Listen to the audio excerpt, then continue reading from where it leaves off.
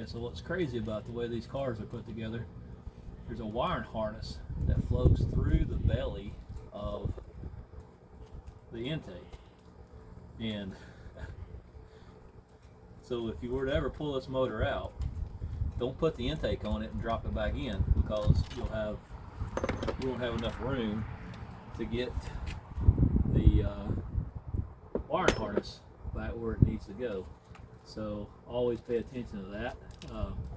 I've already got the fuel injectors I got to disconnect right quick, but I'm going to pull this up so I can get to them a little bit better. To get it out, all you got to do is just a little bit of pressure, a little bit of rocking, and they will just pop right out. So there's that spacer I was telling you about, and we're going to set those right there. I'll bag them and tag them here in a few minutes.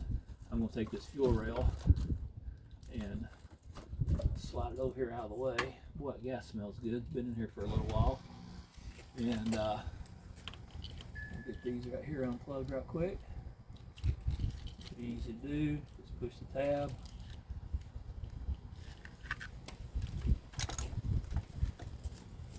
And they just pull right off.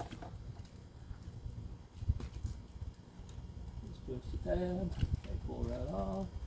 Push the tab. And they pull right off. And I got these thick gloves on. Instead of usually I have some natural gloves on, but today I've got these heavy gloves on because this motor is nasty. Alright, so wiring harness out of the way. We'll put that back there, and we'll put that back there.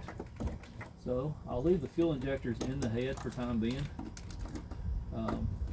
I'll pull them out, put new O-rings on them. These O-rings don't look that bad, but not a whole lot to this.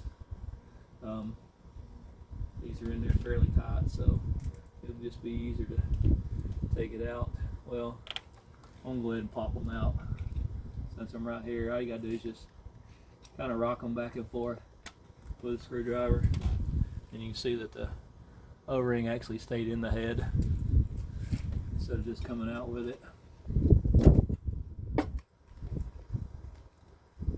Just make sure that when you put these back together, that you make sure you have the O-rings with it.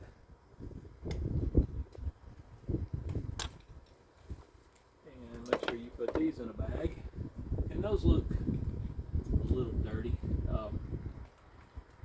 People always tell me that they put injector cleaner in their car, in their tank, to clean the injectors. You can't clean an injector that way. The only way that you can clean an injector is to literally do it at the fuel rail itself. And since these cars don't have a port for you to do that, where you check your pressure at, you can do it that way. I'll do a video of how to actually properly clean an injector, because you can't do it through the tank. It takes way too much fuel, way too many bottles of STP or whatever it is that you're trying to use as a fuel cleaner. Now I will say, fuel conditioner, I swear by Lucas. I swear by Lucas on oil changes as well, especially if you got a GDI engine.